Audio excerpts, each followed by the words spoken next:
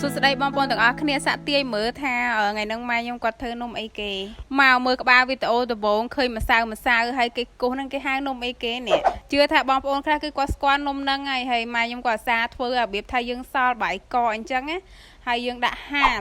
អាហ្នឹងពេលដែលបាយក្រៀមហើយគេយកមកលីង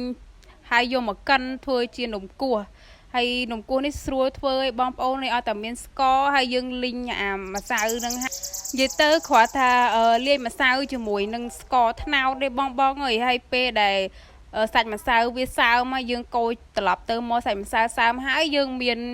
អាកែវទូចហ្នឹងយើងអាច